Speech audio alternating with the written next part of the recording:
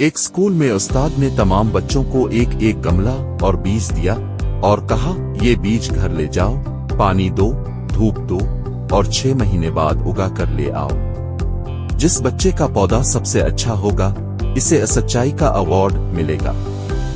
सब बच्चे खुशी खुशी बीज ले गए, मगर नन्ही ज़ैनब को बीज में कोई हरकत नजर ना आई। उसने पानी दिया, धूप दी, ख्याल रखा, मगर गमला खाली ही रहा।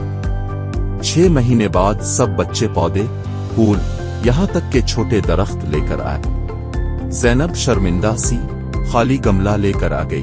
उस्ताद ने सब बच्चों के गमले देखे, मगर जब ज़ैनब के पास आए तो खुश होकर ऐलान किया, यह अवार्ड जीतने वाली बच्ची है ज़ैनब। सब हैरान, मगर उसका तो गमला खाली है। उस्ताद मुस्कुराए और कहा, क्योंकि मैंने जो बीज दिया था वो अलिफाग्नी के काबिल ही नहीं था। ये एक इम्तिहान था सच्चाई और ईमानदारी का। सब ने झूठ बोला और दूसरे बीज लगाकर पौधे उगाए, मगर सिर्फ ज़ैनब ने सच का दामन न छोड़ा।